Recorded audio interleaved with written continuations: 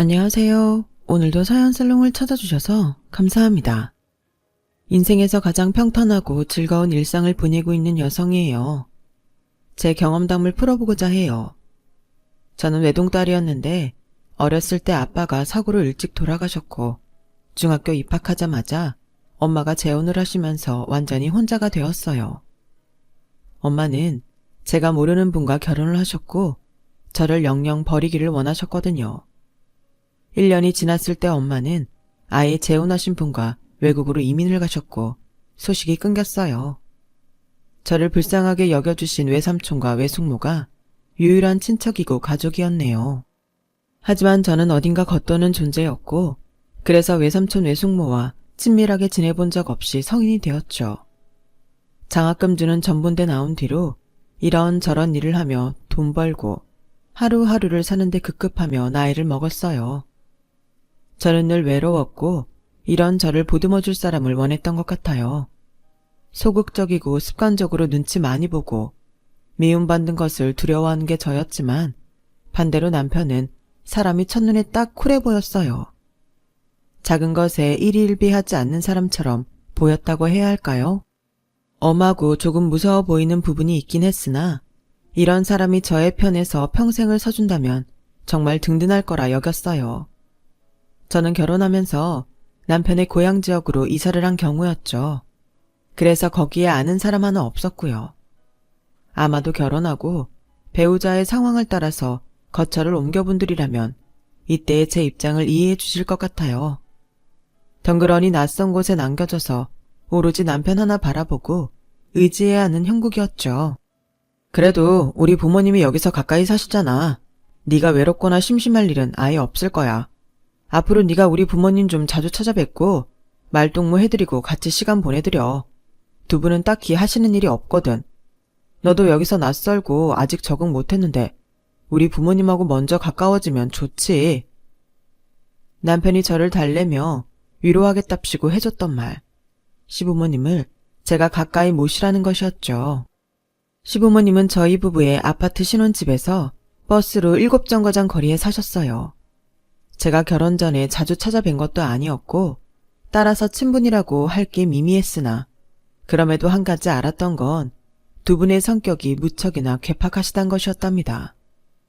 돌이켜보면 장남인 남편도 자기 부모를 감당하기 힘들어했던 거예요. 남편은 자기가 관심 있는 주제가 나와야 크게 오래 떠드는 스타일이지 대부분 과묵한 사람이었거든요.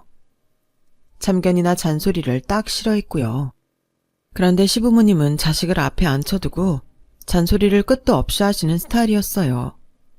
잔소리를 안 하실 때는 뭘 하시냐 하면 별로 영양가 없는 TV 드라마 이야기, 탤런트 누구누구한테 벌어진 일, 동네 사람 누구네가 어찌어찌 했다는 일화 같은 것들을 멈추지 않고 내뱉으셨죠. 뿐만 아니라 하소연은 어쩜 그리 잘하시던지요. 말씀을 뱉는 에너지가 있으신 분들이니 늘 심심해하셨어요. 아무리 귀찮고 버거워도 그렇지 자기 부모님한테 그렇게 쌀쌀맞게 행동하는 건 별로인 것 같아. 개인적으로 이해도 안 되고. 내가 그렇게 맺고 끊음 정확히 안 하면 두 분은 말씀을 너무 길게 하셔서 감당이 안 돼. 이제는 네가 있으니까 다행이네. 내가 미리 걱정 덜어도 됐지? 남편이 은근하게 또 채근을 하길래 알았다고 했었죠.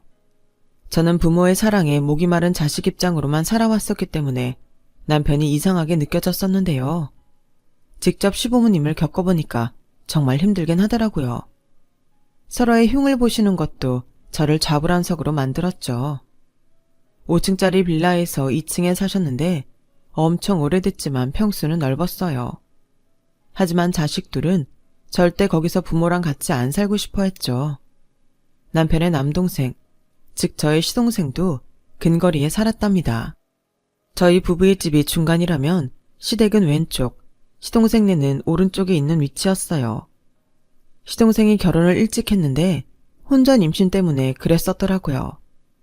아이가 6살이었죠. 저에게는 당연히 동서가 있었고요. 애를 너무 일찍 낳아서 둘 때는 아직도 생각도 없다며 태평하게 지내고 있었던 동서가 부러웠던 건 자기 친정이 차로 30분 걸리는 거리라고 했기 때문이었네요. 자기 식구들을 지척에 두고 사는 게 정말 부럽더군요. 가족의 울타리 안에서 사는 든든한 사람 같아 보여서요. 동서는 제가 시집 오기 전에도 시부모님과 가까이 안 지내온 사람이었어요. 아이 핑계를 대면서요. 저희 애가 낯을 워낙 심하게 가리고 예민하게 굴어서 시댁에는 도통 못 데리고 가요. 그러다 보니 시댁 방문이 계속 뜸했네요. 아, 그랬구나. 좀 지나고 나면 이제 또 금세 초등학교 입학할 때 되겠지. 그때 되면 동서도 한숨 돌릴 테니까 그때부터 아버님 어머님께 열심히 효도하면 되지. 지금은 다들 이해해 주실 거야. 네? 그때가 되어서 효도를 하라고요? 아, 역시 언니가 성격이 착하고 너그럽다 보니까 생각하는 게 남다르시네요. 언니가 어른들한테도 그렇게나 살갑게 잘하신다면서요? 너무 멋지신 것 같아요. 제가 정말 동경하는 성격이야. 앞으로는 본받을게요. 언니는 부모도 없고 사실상 고아신 세인데 어쩜 그렇게 잘 크셨어요? 동서가 크게 웃으면서 하는 말에 제 얼굴이 화끈했었네요. 저는 제 가정사를 따로 털어놓은 적이 없건만 동서가 속속들이 다 알고 있어서 얼마나 민망했는지 몰라요. 남편한테 말했더니 이제 다 한 가족이고 식구인데 뭘 그렇게 꺼려하냐면서 저를 오히려 책망했죠. 한 가족이고 식구라는 말에 제가 넘어가서 입을 다물었어요. 외로운 지난날에게 안녕을 고하고 시댁 식구들과 함께 새로운 인생 이막이라며 파이팅을 외쳤고요. 거의 매일같이 시댁에 제가 드나들었던 것 같네요. 남편이고 시동생이고 동서고 간에 전부 다 입으로만 효도를 했고 직접 찾아뵙고 살피는 건 저뿐이었어요. 시아버지께서 겨울 아침에 운동 나가셨다가 넘어져서 뼈 다치셨을 때도 달라붙어서 간호한 건 저 혼자였죠. 제가 상주하면서 간호할 수밖에는 없었어요. 내가 나가지 말라고 귀에 닦지 않도록 분명히 말했는데 뉴스에서 날씨가 영하로 떨어졌다고 얼마나 떠들었어. 추운데 그 아침에 나가길 왜 나가? 그렇게 추운 게 좋으면 홀딱 벗고 화장실 들어가서 찬물이나 몸에 끼얹어. 잔소리할 망구가 또 노망나서 지랄하는구만. 연병할 주둥이 좀 제발 다물어. 시댁에 들어 앉아 있으면 두 분의 설전 때문에 제 혼이 쏙 빠지는 기분이었어요. 혹시나 밥상에서 싸우시면 답도 없었죠. 고깃국 끓여라, 나물 새로 무쳐라, 계란말이 좀 해봐라. 이런저런 지시사항을 꼭 하셔서 제가 그거에 맞춰 정성 들여 밥상 차려내면 뭘 하냐고요. 고성 오가기 시작하면 그릇 엎어지는 건 예산일이었어요. 밥 먹다가 싸웠더니 입맛이 뚝 떨어졌다고 하시면서 당장 누룽지를 팔팔 끓여다가 김치랑 새로 차려달라는 둥 두 분의 변덕 때문에 제 고생이 말도 못했죠. 아직 상황 파악이 덜 되었던 초반에는 시어머니께서 저를 맨날 부르셔서 요리를 알려주시는 게 왠지 친근함의 표시 같아서 좋았는데 나중에 보니까 그게 아니었어요. 이게 다 너 생각해서 너 위해서 알려주는 거란다. 잘 보고 배워둬라. 이런 것들은 어디 가서 돈 주고도 못 배워. 네, 어머님. 설마 여기에 새우젓 넣고 간을 맞출 생각은 못 해봤네요. 알려주신 덕분에 깨우쳤어요. 잘 알았으면 이제 다음부터 이 요리는 네가 차릴 수 있겠지? 자, 이걸로 나한테 전수받은 총 7개 요리법 완성했다. 그러면 이제 네가 눈 감고도 뚝딱 차려낼 수 있는 요리가 7개인 거야. 맞지? 눈 감고도 차릴 수 있을지는 모르겠는데요. 제가 워낙 요리의 수질 자체가 뛰어나질 않아서요. 하지만 가르쳐 주신 대로 열심히 앞으로 해보겠습니다. 땡! 열심히 해서만은 안 돼. 잘해야지. 먹는 입이 귀한 입인데 맛있게 잘 차려내야지. 열심히 한다고만 하면 그걸로 만족이 되겠니? 양념장 휘졌던 수저를 입으로 가져가서 쪽 빠시더니 그걸로 제 손등을 3개 내려치시면서 시어머니께서는 연속으로 훈계를 하셨어요. 그때 머릿속에 이거 만만치 않겠구나 라는 생각이 들었던 것이죠. 그 이후로도 여러 차례 시어머니께서는 당신만의 요리 비법이라며 저에게 여러 가지를 전수해 주셨고 몇 주가 지나서부터는 저를 본격적으로 부려먹기 시작하셨던 겁니다. 무슨 요리 해달라고 시어머니께서 말씀하시면 저는 당장에 그거 만들 재료를 장받아가 불이 나게 시댁으로 달려가서 부엌에 박혀 있어야 했어요. 그게 응당 제가 할 일이라고 하셨고요. 제가 결혼을 한 건지 아니면 가정부로 취업을 한 건지 가끔은 헷갈렸어요. 여름에 오이지 담그고 물김치 담그고 가을에 10가지도 넘는 나물 반찬 무치면서 버텼더니 겨울이 오자 저에게 김장김치를 시키시더군요. 시댁으로 시어머니의 동네 지인 3분이 오셔서 같이 김장을 했어요. 저는 이미 자리 잡고 앉던 순간부터 너무 피곤해서 한숨을 안으로 삼키고 있었고요. 어째서 동서는 이런 자리에 빠지는 건지 내심 억울하단 생각도 들었죠. 그때 늦게 도착하신 지인분께서 시어머니께 인사를 건네셨는데요. 어머나, 맏며느리가 와 있었네. 근데 여기 작은 며느리? 그 손주 낳은 며느리는 올해도 안 오나? 김장하면 김치는 꼬박꼬박 받아간담서. 올해야말로 김장 때 얼굴 디밀 줄 알았건만. 그 싸가지 없는 년은 올해도 잃어버린 싸가지를 못 찾아서 못 온댄다. 시어머니의 털털한 답변에 제가 그만 화들짝 놀라서 딸꾹질까지 하고 말았어요. 설마 동서를 그리 보고 계실 줄은 몰랐거든요. 새로운 사실을 알게 된 것에 저는 그날 허둥지둥하며 김장을 했었네요. 집안 살림하면서 시부모님 전적으로 수발드는 것만 제가 했는가 하면 그것도 아니었어요. 평일에는 주 5일 동네 빵집에서 아르바이트를 했어요. 아침에 일찍 일어나서 남편 아침밥 차리고 출근하는 거 보고 나면 빨래 청소 같은 집안일하고 저는 밥 대충 얼른 먹고 시댁으로 가서 점심밥 차리고 낮 동안 내내 시부모님 상대해 드리다가 해 떨어지기 전에 집에 와서 저녁밥 차리고 남편 퇴근해서 집에 온 거 보고 나면 딱 제가 아르바이트 갈 시간이었어요. 빵집 마감 업무 끝내고 제가 집에 돌아오면 밤 10시 반이었고요. 남편이 저녁 먹고 나서 둔 거 부엌 가서 치우고 젖 씻고 잘 준비하고 나면 밤 11시는 기본으로 넘어 있었죠. 자고 일어나면 또 그런 하루의 반복이었어요. 그거 아르바이트로 돈 벌어 와봤자 생계에 무슨 큰 도움이 되겠어? 안 되지. 근데 오로지 너 위해서 하라고 하는 거야. 사회생활 가밀치 말라고 내가 배려해주는 거라니까. 내 깊은 뜻을 네가 다 이해할 필요까지는 없어. 지금은 그냥 내가 하라는 대로 하면 되는 거야. 남편은 늘 이성적으로 저를 설득했고요. 그럴 때마다 저는 내가 힘들단 소리 너무 쉽게 하고 세상살이를 만만하게 보는 사람인가? 이런 생각이 들었던 것 같네요. 주말이면 저도 특별한 일정을 보내고 싶었어요. 그곳에서 친구도 없고 차도 없으니까 남편과 시댁 식구들만 저는 보고 있었죠. 저는 동서가 주말이면 저랑 놀아주길 바랬는데 한 번을 안 그랬어요. 동서는 친구들도 있고 자기 친정 식구들도 있으니까 놀 생대가 많았으니 이해는 해요. 그런데 남편의 사촌들이 타 지역에서 놀러오면 동서도 거기에 끼었거든요. 저도 같이 놀고 싶다 그러면 거절당했어요. 아, 언니는 저희랑 통하는 게 별로 없으실 텐데 하루 종일 같이 있으면 불편하실 거예요.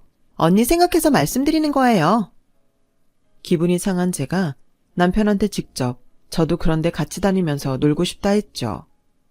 남편이 짜증스럽게 제 말을 받았어요. 주말마다 어디 놀러 가고 싶어서 환장했어? 너 어디 멀리 가면 우리 부모님은 대체 누가 상대해드리는데? 네가 우리 부모님 도맡고 있는 책임자잖아. 놀러 가고 싶단 이유로 네 의무를 저버리면 안 돼. 내가 책임자라고? 언제부터? 당신은 아버님 어머님하고 있으면 불편하고 재미없다는 핑계로 찾아뵙지도 않잖아. 나만 보내놓고 당신은 뒷짐만 지고 있잖아. 자식이 먼저 솔선수범해야 하는 거 아니야? 너 이렇게 따박따박 지적하는 거 별로 보기 좋지 않아. 너답지 않다고. 너 지금 흥분한 모양인데 머리 좀 식혀. 남편이 표정을 굳히면서 그렇게 말하면 저는 기가 죽어서 더 이상 말을 하고 싶지가 않아졌어요. 그러던 어느 주말, 동서가 시부모님께 손주를 보여드려야겠다고 얘기를 하더군요. 저는 당연히 혼자 아이 데리고 시댁 가기 민망하니까 저도 같이 가달라는 그런 건 줄 알았고요. 하지만 동서는 저에게 자기 아이를 떠맡긴 채 놀러가 버렸습니다. 모두가 자기 시간을 온전하게 가지고 사는 중인데 저만 홀로 모든 것을 감당하며 버티는 중이었어요. 그럼에도 동서가 저에게 눈물까지 글썽이며 고마움을 표했던 순간, 언니 덕분에 제가 종종 숨통이 트이는 거 아세요? 저는요, 진짜 언니가 대단하다고 생각해요. 언니 안 계셨으면 제가 어쩔 뻔했을까 하는 생각 엄청 자주 하고 살아요. 늘 고마워요. 언니의 존재 자체가 저에게는 큰 도움이에요. 이런 게 저를 계속해서 버티게 만들었고요. 시동생 역시도 자기 형이 결혼 한번 잘했다면서 자기가 나중에 은혜 다 갚을 거라면서 저에게 늘 신세를 지고 있음을 강조했었죠. 시부모님께서도 늘 저를 몰아붙이시지만 어쨌거나 저 없으면 허전하다 하시고 항상 저를 찾으시는 걸 보면 시댁 식구들 모두가 저의 노고를 알고 있단 게 분명하다는 생각이 들었어요. 남편 또한 아주 가끔 저를 보며 머쓱한 표정으로 고마움을 드러냈거든요. 내가 표현을 잘 못하는 남자라 그렇지 참한 와이프 정말 잘 얻었다고 생각하며 살고 있어. 요새 너 같은 여자가 어딨겠냐? 그러니까 고생 좀만 더 해주라. 우리 부모님 언제까지 저렇게 활개치실 것 같아. 장담하건대 몇 년 안 남았어. 좀만 고생 더 해주고 우리 부모님한테 항상 내 얘기 좋게 잘해주는 거 잊지 말고. 알았지? 우리 와이프가 세상에서 제일 최고다. 이 무심한 사람이 제가 고생하고 있단 것만은 제대로 알고 있구나 싶어서 안심됐었죠. 남편이 시부모님을 귀찮게 여기면서도 두 분에게 잘 보이려는 욕심만은 계속 가지고 있었던 이유는 아마 재산 때문이었을 거예요. 시부모님이 해놓고 사시는 것만 보면 재산 많은 줄 상상 안 갔는데요. 저도 당시에 정확히는 몰랐어요. 아무도 저한테는 이렇다 저렇다 말을 안 해줘서요. 다만 재산이 좀 있으시겠구나 하는 짐작만 했을 뿐이었죠. 시부모님께 매일 시달리며 24시간 정신없이 다람쥐 쳇바퀴 굴러가듯 똑같이 고단한 일생을 보내던 어느 주말이었어요. 토요일이었는데 시어머니께서 갑자기 직접 쓴 도토리 묵이 드시고 싶다며 노래를 부르셔서 제가 장을 보러 나갔죠. 손에는 새로 오픈했다는 마트 전단지를 보고 그걸 쥐고 있었어요. 그곳까지는 살짝 거리가 있었으나 버스로 세정거장. 차비 아끼려고 걸어갔네요. 전단지 보니까 기존에 다니던 곳보다 대파도 싸고 계란도 특가 세일 중이라 알뜰하게 장을 볼 생각에 즐거웠어요. 그런데 평소 안 다니던 그 길을 걷는 제 눈에 믿기 힘든 광경이 들어온 거예요. 자기 동창들이 보자고 불렀다면서 그런 말을 남기고 외출한 남편이 거기에 있었어요. 동네에서 인기 많은 고깃집 앞마당이었는데 동창들이 아니라 자기 사촌들과 있더군요. 거긴 시동생과 동서도 함께였어요. 마침 식사를 끝내고 나온 참인 듯 보였죠. 저는 당황해서 못 박힌 듯 자리에 멈춰선 채 그들을 보고 있었고 제 귀에 시동생의 큰 목소리가 들려왔어요. 아, 요즘 따라 아버지 어머니 둘 다 귀찮게 연락들으래 돼서 미치겠어. 전화 안 받잖아? 그럼 다음에 전화 받았을 때 더 지랄해. 노인네들이 왜 그렇게 기운이 팔팔하고 성질이 드세냐? 진짜 형수가 있으니 망정이지? 우리 형 능력도 좋아? 어줍잖게 사는 집안 여자보다 아예 그렇게 가족이고 돈이고 뭣도 없어서 생각할 머리랑 자존심도 없는 여자랑 결혼하는 게 훨씬 낫네. 이런 현명한 판단을 어떻게 했어? 우리 집안 상황이 딱이야. 근데 너무 웃기지 않아? 형님 대접 안 해주는 건데 언니라 부른다고 엄청 좋아해. 윗사람 대접 못 받는 건 줄도 모르고 내가 자기를 언니라 부르니까 내가 자기 동생이 된 것 같다며 기뻐하는 게 너무 웃겨. 사람이 순수한 것도 그 정도면 백치가 아닐까? 시동생의 말을 깔깔거리며 받은 건 동서였고요. 충격에 휩싸인 저는 얼어붙었고 제 손에 들린 전단지가 볼품없이 구겨졌어요. 저처럼 말이죠. 그 두 사람이 신나게 웃자 사촌들도 모두 어깨를 들썩이며 따라 웃었고 제 남편은 피식거리고 있었어요. 어깨를 으쓱하는 모양새가 약간 우쭐해하는 듯도 싶었고요. 다들 말을 가려서 해. 우리를 대신해서 그 짜증나는 노인네들을 상대하는 숭고한 희생정신을 우리가 늘 기려야 한다고. 이윽고 남편이 익살스럽게 말했을 때 저는 모욕감에 치를 떨었습니다. 저는 그때 그깟 몇백 원 더 싸게 파는 거 보고 눈이 돌아가서 더 먼 곳까지 걸어서 장을 보러 가고 있었건만 이것들은 자기들끼리 저를 씻고 뜯고 있었다는 거였죠. 그런데 그 분노보다 더 컸던 게 뭔 줄 아시나요? 그럼에도 화를 표출하며 그들 앞에 당당히 나서서 소리를 지를 용기며 결단력이 부족한 제 자신을 너무 잘 아는 것에서 오는 패배의식이었어요. 저는 도망치듯 그곳을 벗어나서 공원으로 향한 후 멍하니 앉아 있었죠. 결혼해서 지금까지 제가 누리고 얻은 것이라고는 손에 들린 구겨진 전단지 하나뿐인 것 같다는 생각이 들더군요. 그날 그 자리에서 한참을 생각했어요. 저는 그저 결혼해서 심신의 깊은 안정을 찾고 싶었고 제 결혼 생활에 최선을 다하고 싶었을 뿐이었어요. 그런데 왜 그딴 모욕적인 취급을 받아야 하는지 이해가 안 되더라고요. 그 어느 때보다 눈물이 날 상황이었는데 되려 눈물이 안 나서 신기했네요. 문득 어느 순간이 되자 더는 이렇게 살고 싶지 않다는 생각이 제 머릿속으로 들어왔어요. 한 번이라도 나 자신을 마주하고 나 자신을 위해서 살아보자. 제발. 그렇게 애끓는 결심을 마친 저는 의연해졌죠. 그날 밤 남편이 휴대폰을 하던 도중에 잠이 들었길래 몰래 가져와서 봤어요. 제가 이런 짓을 할 수 있는 사람이라고는 상상도 못한 남편의 휴대폰에는 잠금이 안 걸려 있었어요. 문자랑 카톡을 찾아봤는데 아니길 바랐건만 저를 우습게 깔보고 조롱한 대화 내용이 존재하였어요. 대화 상대는 시댁 식구들인 시동생, 동서, 사촌들이었고요. 저는 떨리는 손으로 그걸 증거로 남기기 위해 제 휴대폰을 가져와 그 화면을 찍었네요. 동서가 남편한테 보낸 내용 하나가 제 시선을 붙잡았고 제 가슴이 뭉개지는 줄 알았어요. 보내주신 쿠폰 덕분에 맛있는 빵 사다가 커피 한잔 했어요. 다른 것보다도 그게 제 심장을 후벼 팠어요. 저한테 밖에서 커피 사 마실 거면 한 잔에 1,500원 하는 카페 가라고, 거기만 가라고 지정해줬던 남편이었죠. 제가 고된 마감 아르바이트 끝나고 빵 한두 개 챙겨올 때가 있었는데 남편은 그걸 자기 출근 가방에다가 챙겨놨어요. 자기 회사 간식으로 먹을 거라고요. 저도 빵 좋아하고 잘 먹거든요. 빵집 출근하면 마감 업무라서 바로 정리작업부터 시작하느라 빵을 먹고 자시고 할 수도 없었어요. 그래서 그 집 빵을 저도 잘 먹어본 적이 없었거든요. 남편 위해서 저한테 물어보지도 않고 무조건 빵을 빼앗아 가는 걸 그냥 뒀어요. 그런데 동서한테 파리바게트 빵집 쿠폰 보내고 스타벅스 카페 쿠폰 보내고 그런 걸 보니까 제 안에 무언가가 그냥 무너져 내리는 기분이었어요. 남편이 동서한테 그 쿠폰들을 보내준 이유가 있었죠. 앞으로도 세상 물정 모르는 우리 마누라 꽉 잡고 제대로 기강 잡아줘. 딴 놈 못 팔게. 오직 자기 시댁만 알고 살도록 분위기 잘 조성해주면 돼. 애정, 기대, 신뢰 그런 것들이 모두 사라졌어요. 정말 제가 세상에서 가장 불쌍하고도 미련한 바보가 된 것 같았죠. 저는 다음날 아침밥을 안 차렸어요.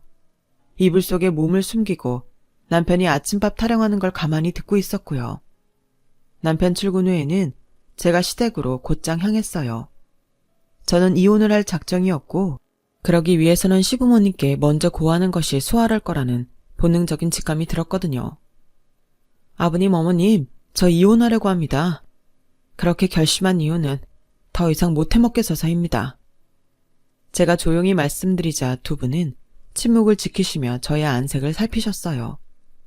거짓도 농담도 아니란 것을 가늠하시는 모양이었죠. 이혼 얘기 꺼내면 득달같이 난리치실 줄 알았는데 고요하셔서 저는 당황했어요. 시어머니께서는 제가 이렇게 인내심이 얄팍한 사람이라 생각하지 않으신다면서 진짜 이유가 뭐냐고 가라앉은 목소리로 물어보셨어요. 시아버지께서는 계속 인상을 쓰고 계셔서 살짝 기가 죽은 제가 고개를 푹 숙인 채로 주절주절 말을 시작했습니다. 차라리 두 분의 얼굴을 보지 않고 거실 바닥만 보면서 혼자 떠드니까 말은 잘 나가더라고요. 말을 하다 보니까 남편을 비롯한 모두가 시부모님을 얼마나 경시하고 있는지까지도 상세히 밝히게 됐네요. 이런 고약한, 이런 우라질, 이런 몹쓸 것들을 다 보았나. 망할 것들, 부모 품 아래서 어려움 없이 자라고 이날이 때까지 살아온 것들이 주제도 모르고 은혜도 모르고 폐륜을 해? 시아버지께서는 이를 가시며 분노하셨고 그 소리에 놀란 제가 고개를 들었을 땐 온몸을 부들부들 떨고 계시는 시어머니와 눈이 마주쳤죠. 그때 시어머니께서 신경질적으로 외치셨어요. 이혼해. 당장 이혼해서 갈라서버려. 어차피 네가 여기서 무슨 좋은 꼴을 보길 기대하고 더 붙어 있을 수 있겠니? 그럴 수도 없잖아. 하루도 더 끌지 말고 단판에서 이혼해. 기세에 깜짝 놀란 제가 저도 모르게 고개를 열심히 끄덕였네요. 두 분께서는 어쨌든 이혼하라고 해주셔서 다행이었고 저는 그날 밤 남편에게 이혼 선언을 했습니다. 고깃집 앞에서 다 받고 그간 다들 한마음 한뜻으로 저를 업신여겨온 것도 다 알고 있다 밝히면서요. 그랬더니 남편의 첫마디가 이거였죠. 미친년이 개소리하네. 이혼? 웃기지 마. 제가 그 앞에서 웃었어요. 전혀 안 무서운 제 자신이 신기해서요. 제가 웃자 남편이 당황하더군요. 뭘 웃어? 절대 이혼 못 해주고 해줄 생각 없으니까 꿈도 꾸지 마. 네가 할 수 있는 건 없어. 그래? 그럼 이혼 소송 걸게. 이혼 소송도 좋지. 세세하게 조율도 가능하니까. 뭘로 소송 걸 건데? 네가 소송이 뭔지는 알아? 뜻은 알아? 너 자라온 배경 보면 모를 것 같은데? 남편이 신랄하게 저를 비웃었지만 저는 평온하게 미소를 지을 뿐이었어요. 그러자 그제서야 심각성을 인지하기라도 한 것인지 남편이 초조한 표정이 되어서는 저를 또 달래려고 들더군요. 지금까지 그랬던 것처럼요. 그런 식으로 자기는 현명하고 이성적이며 저는 충동적이고 생각이 짧은 사람으로 몰아가는 거였죠. 이제 그 수법을 알고 있었어요. 남편이란 작자의 실체를 알고 나니까 자연스레 깨달아지더군요. 너 지금 이러는 거 너한테 이득될 거 하나도 없어. 너 잘 생각해야 돼. 제발 마음 좀 넓게 써라. 네가 이해하고 넘어가주면 될 일이잖아. 왜? 내가 왜 그래야 돼? 왜 나는 마음이 넓어야 하고 늘 양보해야 하고 늘 참아야 하고 늘 하라는 대로만 해야 돼? 제 울분이 담긴 반문에 남편이 할 말을 잃고서 입술만 깨물었어요. 저한테 반격할 거리를 찾아내기 전에 제가 선수쳤죠. 당신, 내가 이거 딱 하나만 물어보자. 나한테 안 미안하니? 짧은 물음에는 수많은 것들이 함축되어 있었어요. 남편의 귀가 빨개지더니 차마 대답을 못하겠는지 조용히 고개를 떨구더군요. 제가 차갑게 말했죠. 사과 따윈 안 봐라. 당신이 사과할 수 있는 놈이면 나한테 안 그랬어. 이젠 그 사실을 내가 분명히 알아. 지금은 그저 이혼만 하고 싶을 뿐이야. 당신이라는 끔찍한 감옥에서 제발 벗어나게 해주라. 미안해. 내가 다 잘못했어. 너무 추잡하고 찌질하게 굴었어. 다 반성하고 있으니까 내 사과 한 번만 받아줘. 내 행동 미치게 후회해 지금. 남편이 허겁지겁 제 발치에 무릎을 꿇으며 빌었어요. 그 모습을 보면서 조금도 측은지심이 들지 않았고 제 안에서 남편을 이미 타인으로 규정하고 있음을 알아냈네요. 저는 이미 늦어도 한참 늦었다고 마지막 대답을 해주었고 남편은 눈물만 줄줄 흘렸죠. 이튿날 동서가 저를 보자고 했어요. 제가 어떻게 반응을 해줄까 고민하다가 이렇게 말했죠. 내가 네가 보자고 하면 나가야 하는 사람이니? 언니, 그게 아니라요. 커피 한 잔 사드리고 싶어서 그래요. 제가 그쪽으로 갈게요. 오후에 단지 앞 저가 커피에서 볼까요? 사거리 스타벅스에서 봐. 시간은 2시 정각. 할 말 마치고 먼저 전화를 끊는데 제 속에서 뭔가 시원한 바람이 불어오더군요. 겨우 이까지 것으로 맛볼 수 있는 해방감이었다니 한편으로는 씁쓸하기도 했네요. 스타벅스에서 만난 동서. 저한테 기본 아메리카노 마실 거냐고 묻길래 달콤한 거 넣고 얼음으로 간 거 시켰어요. 한 잔에 7,000원이 넘더군요. 떨떠름하게 계산을 마친 동서가 그 특유의 착한 척하는 미소를 지으며 먼저 포문을 열었어요. 언니, 뭔가 오해가 있으셨던 모양이에요. 제가 오해를 좀 풀어드리고 싶어서요. 언니 같은 소리 하고 있네. 소름 끼치니까 그만해. 왜 놀란 표정이 됐어? 내가 이렇게 나오니까 갑자기 하려던 말이 쑥 들어가기라도 한 모양이지?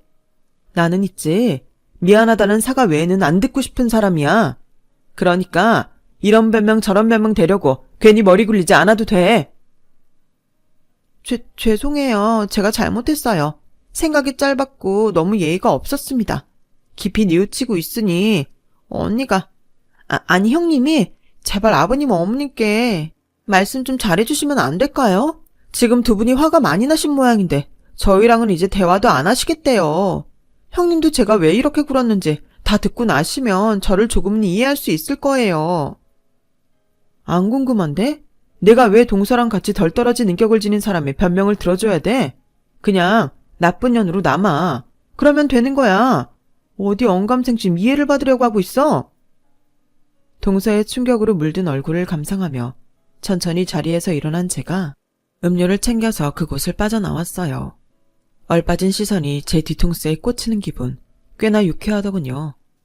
얼음 갈아 넣은 음료수를 마셔서 그런가 제 속이 시원하고 후련했습니다.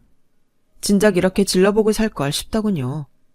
시부모님께서 당장 이혼하라고 남편을 종용해 주신 덕분에 무탈한 이혼이 진행되었어요. 저는 그 지역을 떠나 외삼촌 외숙모가 계시는 곳으로 가기로 했죠. 이혼한다고 말씀을 드렸더니 갈 곳 있냐면서 일단 오라고 하시더군요. 선뜻 그렇게 해주실 줄은 몰라서 제가 놀랐네요. 그래도 가족이라는 것인지 만감이 교차했어요. 이사를 하기 전에 시부모님을 배웠답니다. 시부모님 때문에 정말 너무나도 마음고생 많이 하면서 힘들었는데 떠나면서는 애틋하고 좋은 기분으로 인사를 드릴 수 있다는 것이 신기했어요. 그동안 감사했다고 인사를 올렸는데 시부모님 두 분 모두 저를 빤히 보시는 거예요. 분위기가 좀 이상하다 싶던 때에 시어머니께서 이렇게 말씀하셨어요. 큰 놈이 왜 너랑 순순히 이혼하자는지 아니? 집안 글러먹은 너랑 이혼하면 우리가 재산 잘 나눠주겠다고 말했기 때문이란다. 그런데 우리는 큰 놈이고 작은 놈이고 며느리년이고 전부 다 정이 떨어져 버렸어. 키워주고 잘해줘봤자 소용없더구나. 네가 1년 동안 우리한테 해준 것만 못하니. 그래서 우리는 가진 재산을 너에게 나눌 작정이다. 네? 저에게 재산을 주시겠다고요? 저는 이제 두 분의 며느리도 아니에요. 제가 손주를 안겨드린 것도 아니고 저랑은 그냥 남남인데 어떡해. 제가 너무 놀라서 손까지 떨었네요. 있을 수 없는 일이라며 고개를 젓는 저에게 이번에는 시아버지께서 말씀하셨어요. 너는 내 푸념이고 이알망구 찌랄이고 구분 없이 다 받아준 유일한 사람이거늘 남남이라니. 네가 우리 가족이 아니면 누가 우리 가족이란 거야. 너에게 재산 조금씩 남겨줄 테니까 너는 아무 걱정도 하지 말아라. 우리가 비록 여기 들어앉아 있는 노인네들이라도 알 건 다 알아. 방법도 다 마련해놨으니 너는 앞으로 돈 쪼들 염려 없이 살면 돼. 순간적으로 눈물이 핑 돌았어요. 그 고깃집 앞에서 남편을 비롯한 시댁 사람들의 실체를 알게 되고 지금까지 제가 한 번도 운 적이 없다는 걸 그제야 깨달았네요. 막혀있던 것이 터져버린 제가 시부모님 앞에서 오열을 하고 말았습니다. 숨 넘어가듯이 울어버렸어요. 그러자 시어머니께서 손으로 제 등을 두드리며 당신도 우셨죠. 그간 저를 못살게 괴롭히시는 줄만 알았던 시어머니께서는 어쩌면 너무 외롭게 지내오신 탓에 그리 되셨을 뿐이고 진심을 어떻게 전해야 하는지 모르시는 분이었을 뿐이지 본심은 무척 정이 많으신 분일지도 모른다는 생각을 했네요. 시부모님께서는 이후 바로 행동 개시에 들어가셨어요.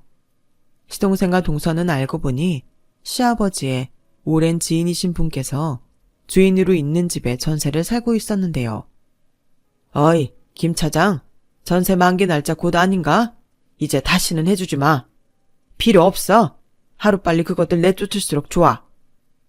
시아버지께서 집 주인분께 그들을 쫓아내라고 하셨고 시동생과 동서는 도리 없이 집을 잃었어요. 전세금은 당연히 시아버지의 수중으로 돌아갔고요. 시동생이 제발 어린 손주를 봐서라도 이러지 마시라고 시부모님께 울면서 빌었다던데 소용이 없었나 봐요. 급한 대로 동서의 친정에 들어가 얹혀 살게 되었고요. 남편 역시도 그 집이 시아버지의 인맥 파워로 저렴하게 얻은 월세였기 때문에 2년 만기를 채우자마자 쫓겨났어요. 시부모님의 드센 성격과 입김이 그쪽 일대에서는 워낙 유명했던지라 남편은 근처에서 집을 새로 구하지 못하고 멀리 떨어진 동네에 원룸을 구했죠. 어차피 두 분 재산은 자식에게 오도록 되어 있어. 내가 지금은 참지만 나중에 웃는 사람은 결국 나라고. 남편이 정신줄을 놔버렸는지 술에 취해서는 시아버지께 전화를 걸어서 헛소리를 했었다네요. 그 덕분에 더욱 제대로 찍혀버렸죠. 남편, 아니, 전 남편의 바람이 이루어지기는 힘들 것 같아요. 아버님, 어머님께서는 재산을 저에게 넘겨주시는 것에 아주 진심이고 진지하시거든요. 그 지역을 떠나 외삼촌 외숙모가 계시는 곳으로 온 저는 직장을 잡고 규칙적인 일상을 나기 시작했어요. 사실은 아버님, 어머님의 은밀한 도움이 이어지고 있었기 때문에 제가 꼭 돈을 안 벌어도 될 정도였지만 사회생활 꾸준히 하는 거 저에게는 필요해서 그렇게 했네요. 두 분은 이제 저의 부모님과도 같은 존재가 되었어요. 제가 살고 있는 이쪽에 고향 친구 몇 분이 살고 계신다면서 아버님께서 운을 떼셨는데 어머님께서도 반색을 하시며 아예 이사를 하고 싶다 하셨죠. 그러고 보면 두 분은 항상 지지고 볶고 난리를 치시는데도 부부간의 신뢰나 정이 무척 깊으신 것 같아요. 그런 게 바로 진짜 백이 부부의 모습이겠죠. 저도 그런 인연을 새로 만날 수 있다는 즐거운 상상을 한답니다. 두 분께서 이사를 오신다면 또 다른 일상이 펼쳐지겠네요. 저도 두 분의 며느리로 지내는 동안 오만 정이 다 들었는지 내심 두 분의 존재가 그리웠어요. 다시 근처에 살게 된다면 이전과는 다른 모습으로 잘 지내볼 수 있지 않을까요? 부모님이 없어서 서럽고 힘들다고 하늘을 향해 눈물로 기도했던 제 학창시절의 보답이 혹시 이런 식으로 이뤄지는 걸까 싶기도 하네요. 제 이야기는 이쯤에서 마무리를 지을게요.